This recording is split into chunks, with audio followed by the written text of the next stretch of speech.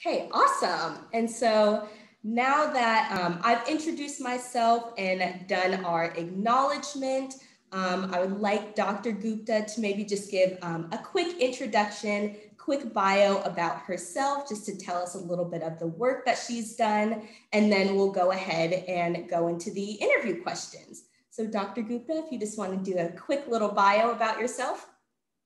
Great. Well, first, thanks for having me. And it was great to chat with Hailey for about 10 minutes in the other Zoom meeting.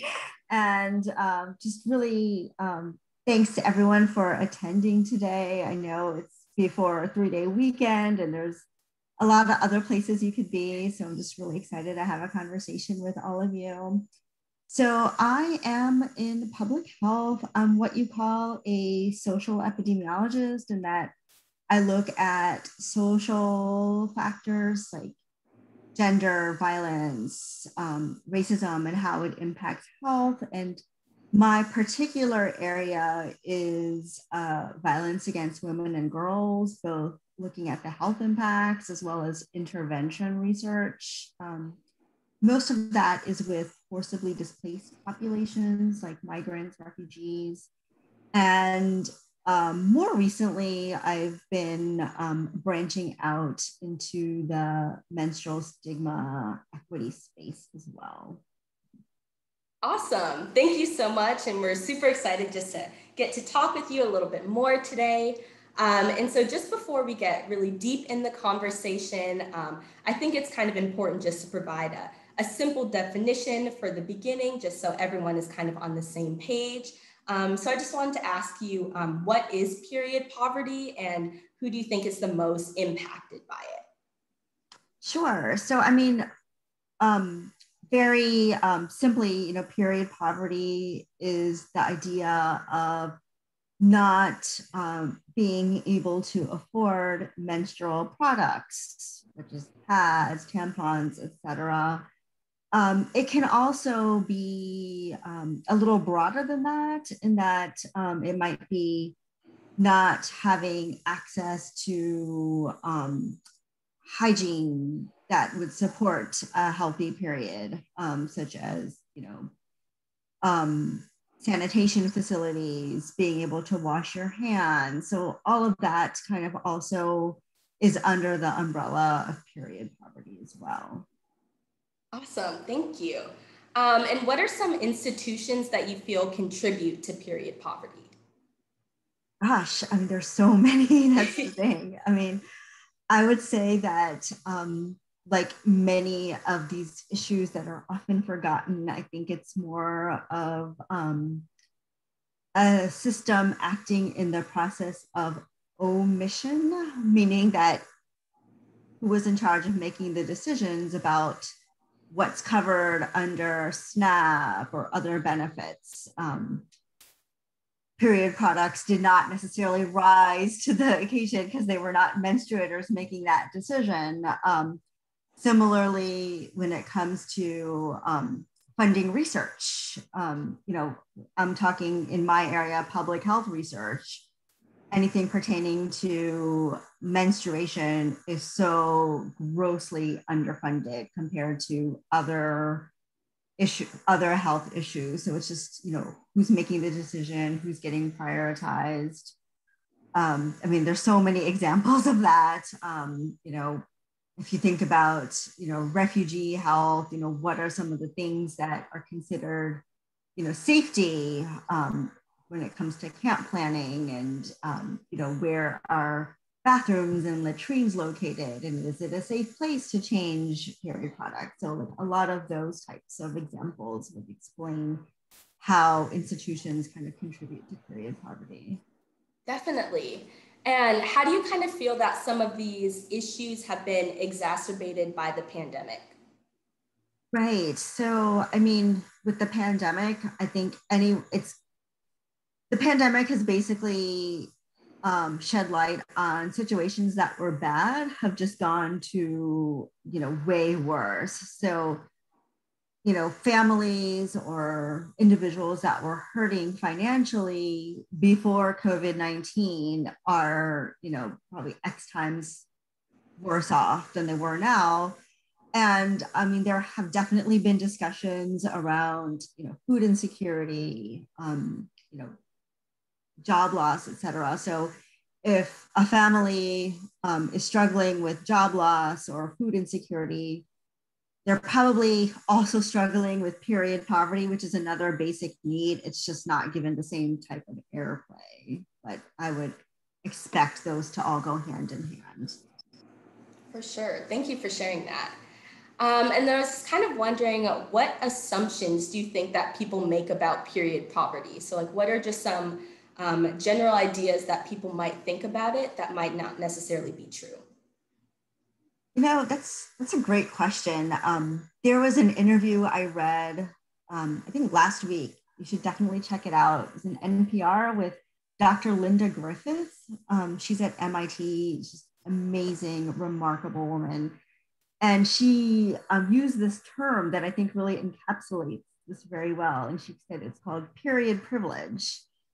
And that it's this idea that, if you can just go to CVS and pick up a pack of tampons, like you wouldn't even think about it. So I think that kind of idea really plays into some of the misconceptions around period poverty. I'll give you a personal example. When I was talking to a colleague about wanting to study period poverty in college students, instead of, yeah, let's study that, looks exciting, it was more like, well, how do you really know that they can't, maybe it's not that they can't afford period products, but maybe they're just using daddy's money to buy shots.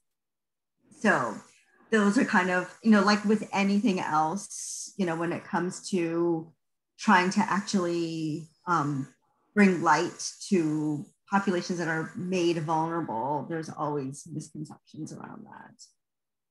Definitely. Yeah, thank you for kind of sharing a little bit about that and shedding light on that. I definitely agree that sometimes we can have a lot of general misconceptions that don't really get addressed. So I appreciate you sharing that. And then also, just how do you feel that period poverty impacts someone's health and wellness? Like, do you feel like it has any impacts on mental health, physical well-being, anything of that nature? Yeah, so we just did a study with about 400 college students across the US. And what we found, number one, was that 14% reported experiencing period poverty in the last year, and about 10% reported experiencing that monthly. So it's, every year at all in the past year, and then on a monthly basis. And then those who reported experiencing period poverty were 2.3 times more likely to report experiencing symptoms that would be consistent with depression in the past 7 days. So that was a correlation between period poverty and poor mental health. So that's one example. One may say, why, like, what would period poverty have to do with mental health? But I think it's really this idea. I mean, my hypothesis is this idea of toxic stress. You're worrying about, do I pay for food for my kids, or do I buy products for a period which will allow me to go to work? So it's just this constant thinking about what to do, making these types of decisions. For a college student where this study took place, I mean, it's just this idea of, am I going to be able to go to class, or how is this going to impact work? And then the overall stigma, really, of period poverty. I mean, that's just the mental health piece. Physically, if you're swapping out of necessity, less hygienic ways to handle a period, that could create physical health problems. So it does have far-reaching health consequences. Definitely. I appreciate you doing research on that and just kind of bringing that attention as well, just kind of showing the ways that it can manifest in different aspects of your life and definitely take a big toll on someone. And I kind of want to switch gears a little bit. You kind of touched on stigmas. And so I kind of just wanted to discuss that a little bit more. And I was wondering, what are some general stigmas that you hear about periods, and where do you think these stigmas stem from?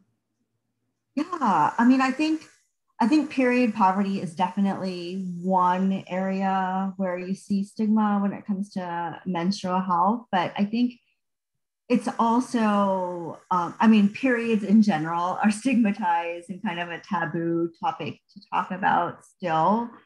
But there's also this stigma of what is considered a normal, quote unquote, normal period experience versus an abnormal period experience. Period poverty is one example of that because the conventional wisdom is that you just walk into the drugstore and get your products and that's it.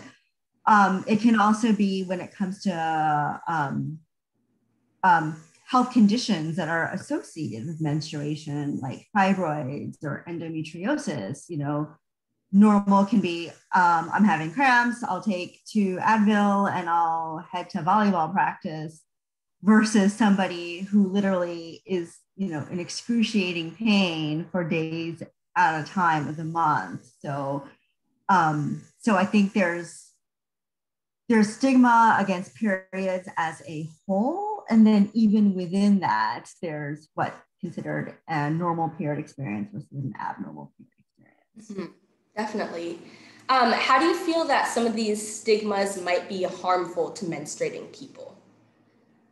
Well, I think when it comes to endometriosis or fibroids, this is the idea that if these things are not talked about, or if, because like for instance, with endometriosis, the symptoms often start when you're a teenager and you won't get diagnosed for maybe another 7 to 12 years. So at that really critical age, if you're being told that it's not a big deal and it's just part of the process and suck it up, that's what you're going to carry over for your, well into young adulthood and even midlife. So that's important. There's missed school, missed work, missed social opportunities.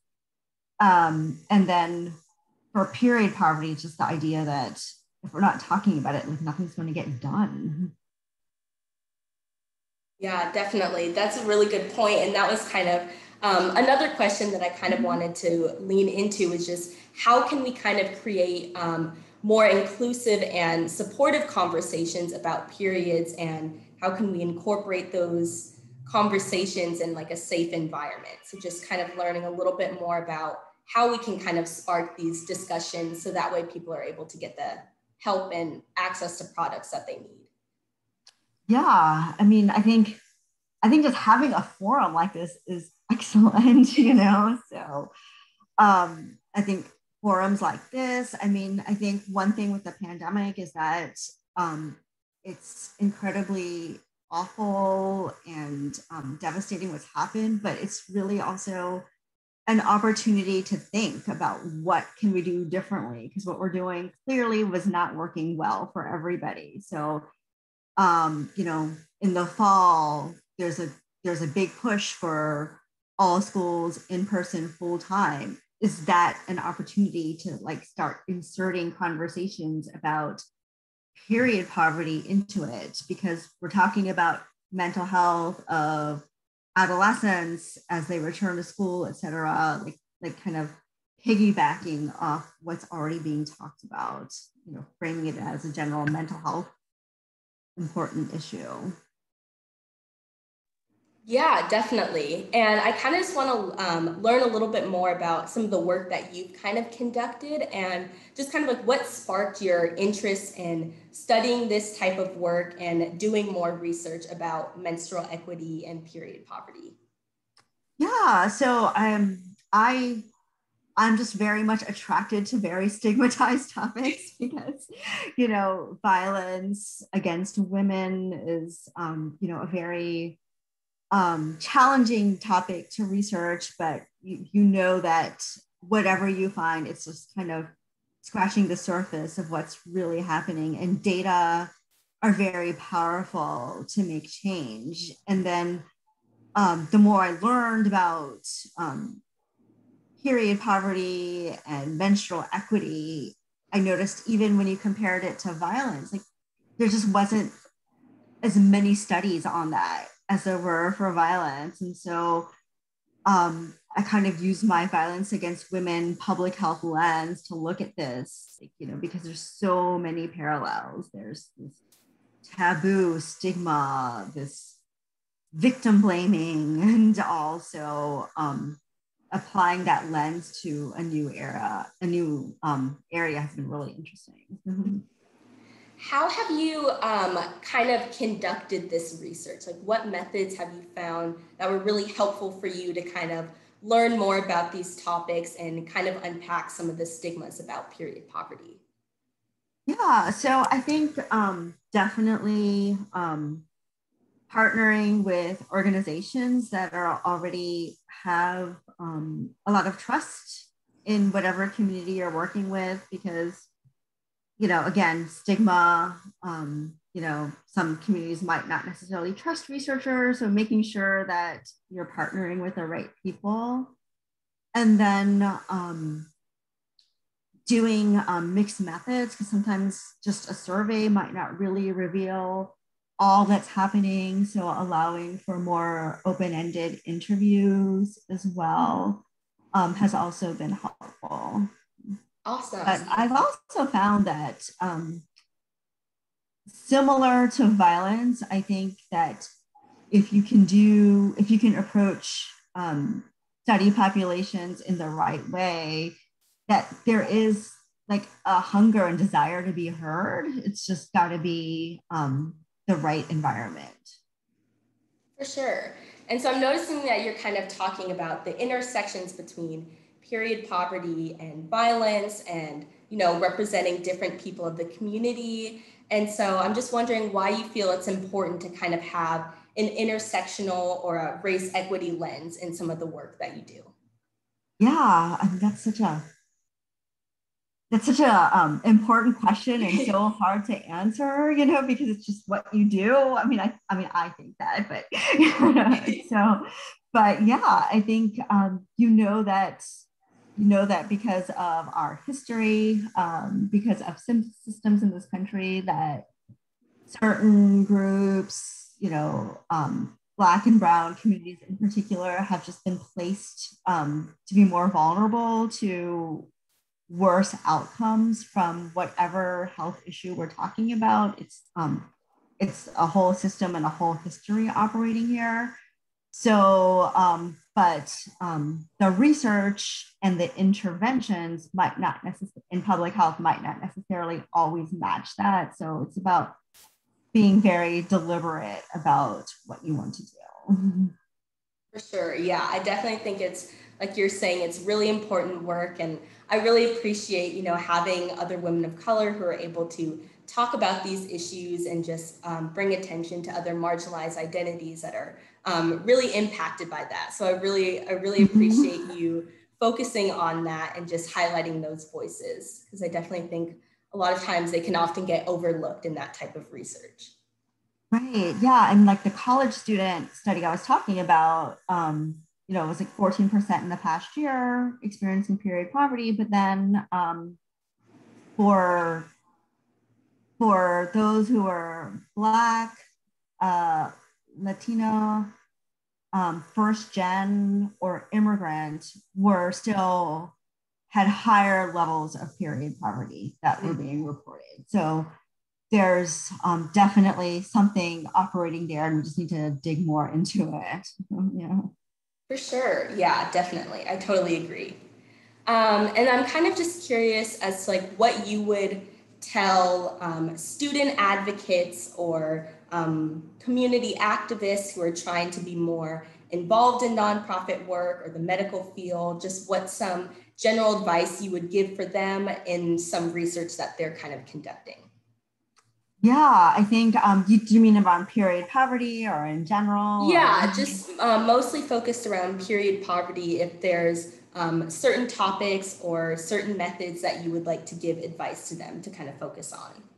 Yeah, I mean, I think number one, it's great if people are working on this because there's such a great need for data. And I think as I mentioned, if they're advocates, obviously they probably do have a lot of trust in the community, so that's great. I think finding a partner who's in academia would also be helpful there. It has to be a partnership that works for them too, but that could definitely help with, some of the statistical analyses or thinking through methods, because um, I know that in a lot of my violence research, I'm always partnering with different NGOs, and it's just that community and academic partnership can just be very powerful as well. And then the research should have legs, in that it doesn't really do any good if the research is just sitting there, but it's actually used. So definitely use the platforms that community activists have to really communicate those findings as well. For sure, yeah, I appreciate you sharing that. And that kind of feeds into my next question a little bit, was kind of surrounding the legislation of HB 1273. So for those who don't know, it was a bill that would require all schools to provide free menstrual products to students. And there was a lot of kind of community activism and local nonprofits and organizations centered around that legislation. And so I was just wondering how you feel about that legislation and having that community involvement with like legislative advocacy, and just kind of what are your general thoughts of having that inclusivity? No, I mean, I think that's great. I actually was not familiar until I heard you talk about it. So it's really great to hear that that's happening in your state. And I think it's like one of those things, it's like an opportunity to like kind of do it right from the get-go, like being inclusive from the get-go rather than an afterthought. So what is the state of the bill right now? It actually passed. It passed a Uh-huh. couple weeks ago. It got signed into legislation, which is really exciting. And I believe it begins during the 2021 to 2022 school year of starting to implement all of the free products in different schools in Washington. So it Great. was Well, a, congratulations. yeah, thank you. Yeah, it was a really big accomplishment. And it was really great to seeing all the different advocates and students testifying on behalf of that bill. And I kind of just wanted to transition a little bit into talking about more advocacy and accessibility as well. And I'm just wondering, how do you feel we can improve accessibility to menstrual products? And like, what do you feel is the best method to kind of improve that accessibility? Yeah, I mean, that's a great question. I mean, I think obviously you need at the policy level too, number one, right? But then I think the communication of, these products are available needs to happen um, in a way that people will trust, right? That, there might be concerns like, oh, but are these products good enough that they're free or something like that? But I think it's got to be two pronged, like definitely at the policy level, and then also more at the community advocacy level. For sure, yeah. And like making sure that, as we go back to like the intersectional lens, that um, all groups are equally benefiting. Mm-hmm. What are some sustainable ways that you feel we could combat period poverty that simultaneously help people but are also mindful of the environment and things of that nature? Right. Yeah, I mean, I know that there's a lot of talk about the menstrual cup, so I think there needs to be a lot of research. I think it sounds like a really promising solution. I think something that I wonder about is, will everyone be comfortable using that? Like for instance, I think about endometriosis patients, like, would there be pain? I don't know the answer to that, but I think it needs to be looked at if it hasn't already. Mm-hmm. Definitely. Yeah, that's a really good point and something that I hadn't personally thought about. So I definitely think that'd be really helpful to kind of conduct more research and figure out how to be sustainable, but also be mindful of different people's needs and the ways that different people experience periods, and kind of just getting more education about those products. That's a really great point. I appreciate you pointing that out. And then kind of just a little bit more with advocacy. How do you kind of feel that the medical industry has kind of works to gatekeep or minimize access to products or basic needs for marginalized identities, and maybe what we could do to kind of combat that a bit? Yeah, wow, that's a huge question. Yeah.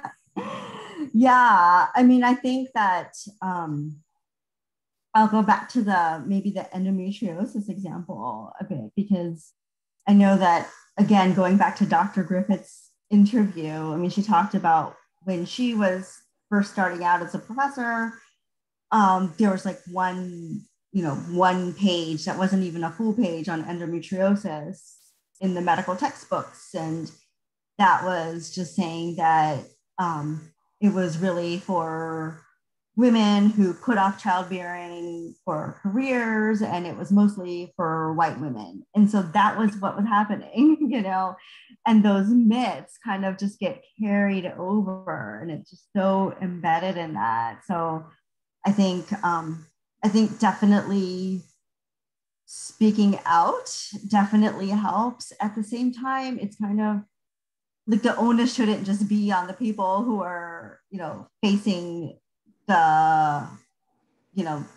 period poverty or the endometriosis, but also working on more allies. So I think forums like this and getting more people to really see the parallels between how stigma and exclusion for other public health issues also are relevant to endometriosis and period poverty, because I think you can really definitely piggyback off of other, very prominent public health issues. Mm-hmm. Yeah, and that kind of connected a little bit to my next question as well, which was kind of just how we can teach or support marginalized identities to better advocate for their needs or their bodies, and just kind of what we can do to make sure that they have support or resources to kind of just be able to learn how to advocate for themselves, or feel comfortable addressing different issues, and just not feeling as embarrassed or shamed. Right. Yeah. I mean, when I just heard you talk, I just remembered this one organization that I work with. They're called La Clínica del Pueblo, and they're in DC, and they're a federally qualified health center, and they serve primarily low-income Latinx communities. And they have this great model called the Promotoras model, and that they'll train from the community, about issues like violence against women or, sexual health, etc. So it's really, oh yeah, great. Wow, they put it up already. That was fast. Yeah. So I think those kinds of models are just really very powerful. Awesome. And I just have kind of just one last question just to wrap up. Why do you feel it's personally important for you to advocate for menstrual equity and for accessible products? Yeah, I mean, I think it's such a hard question to answer, because like I mean, all of this, like, it's personal and it's public too. Like, I don't really see that much of a barrier, and it's personal for everybody, because if it's like 14% of women are experiencing this, and other menstruators are experiencing this, then it's personal for everyone, because they probably know someone who's experiencing it themselves. So you just don't realize it yet. Great. Well, I really appreciate you just sharing all of your expertise, kind of talking a little bit more about your research and your own personal experiences and just being really vulnerable in this conversation. And I just kind of wanted to open it up to anybody else in the Zoom session to see if anyone had any questions or comments that they'd like to contribute or check in with Dr. Gupta about. So feel free to put something in the chat, or you can unmute yourself and ask any questions.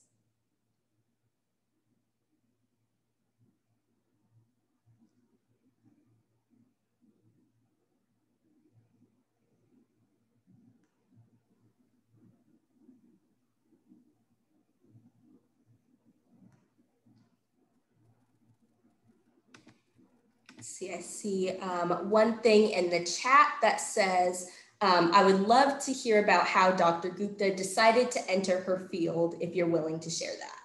Sure, yeah, that's it's a great question. So yeah, I'm just trying to think, do I give you the long story or the medium story or the short story? So, I mean, I guess like public health, we'll start with that.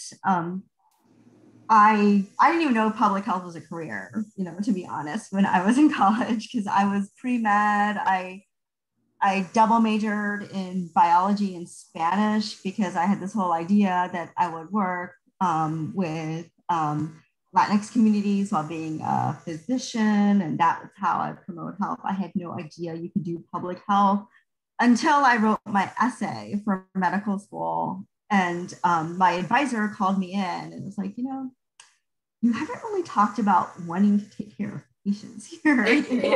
You're just talking about policy and structural change. And then she's the one who kind of told me about public health. And I had no idea that was even a thing. But for violence specifically, again, I had no idea that you could make your career researching violence against women either. I always, I did a lot of volunteer work. And I think it was when I was doing my MPH that I started working with a professor who was doing dating violence. And it just really gelled for me because I grew up a daughter of immigrant parents. So, I could see, culturally, structurally, there are a lot of things that needed to be addressed. I also knew that I grew up with a dad who was very, very feminist oriented. And I didn't know that that was not the norm for a lot of other South Asian families that my family knew, when I was growing up. So I didn't really realize until I had other friends who were similar in age to me, but they were not allowed to do certain things, or their parents. So I just realized that I was like, wow, okay, I did not grow up like, so it just told me that, things could be different, right? So, but I think going into public health and seeing the tools to engage social norms, and that's a whole science behind that, was really exciting. Awesome. Thank you so much for sharing that. I know as a college student, it's always really nice just hearing about someone kind of finding their path as they go and discovering about other fields. So it's really nice hearing that, and just knowing that you can kind of explore different aspects to really connect with something.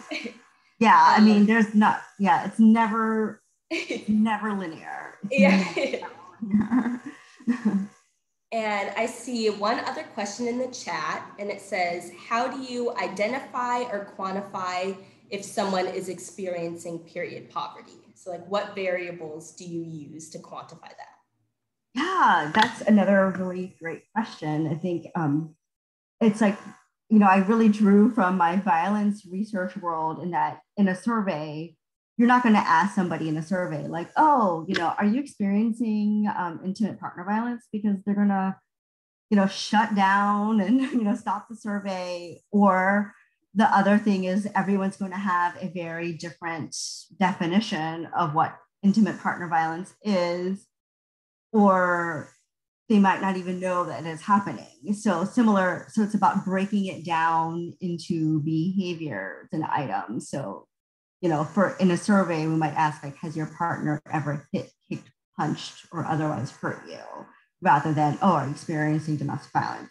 So similar to period poverty, we wouldn't necessarily say, oh, do you experience period poverty?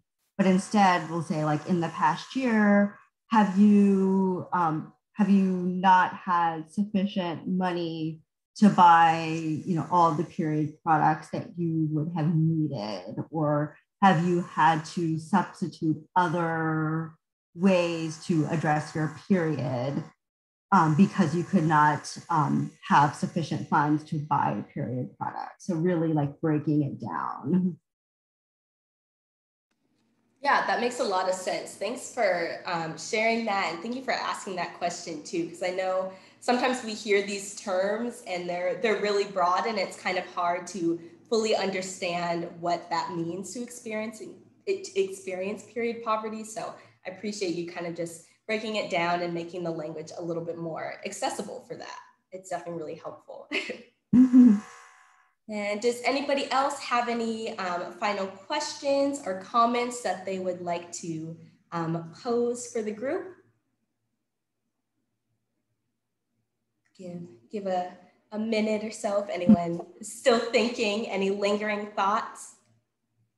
I see one thing in the chat that says, this is like a hypothetical question. How would you go about conducting a study on period product access in prisons?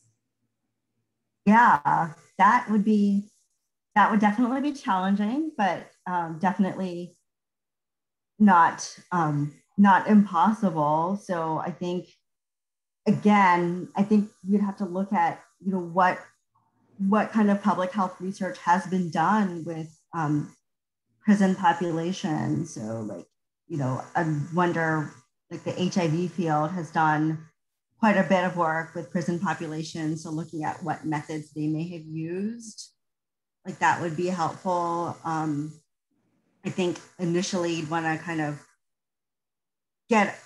start with, like, more formative work to really understand what's exactly happening. So maybe not with populations that are currently incarcerated, but maybe formerly incarcerated, so they could tell you a little bit about their experiences, just to give you a sense of what might be happening and what might be possible to do as well. Yeah, definitely. I think I know I'm personally really interested in the criminal legal system and analyzing, like, incarceration rates and things like that. So that'd be a really unique study to kind of research a little bit more about that. So if you ever do any work like that, let me know. Yeah. But if there are no further questions or comments, I think we can get ready to close out the event today. I just want to thank Dr. Gupta again for her super candid and eloquent answers. And just also thank all of you guys for coming and just taking the time out of your day just to listen and learn a little bit more about menstrual equity and period poverty. It's just so great just having these conversations and just being able to kind of destigmatize some of these traditionally taboo topics. So I really appreciate everyone being open and just willing to learn. And if anyone is interested in getting involved with the Red Sea, you can email us or DM our Instagram account and start getting more involved in that type of work. But yeah, I really appreciate all of you guys coming here today, and I hope everyone has a good World Menstrual Health Day. You have a good time to celebrate, do something to appreciate yourself. And yeah, I think that's it. Thank you so much. Yeah.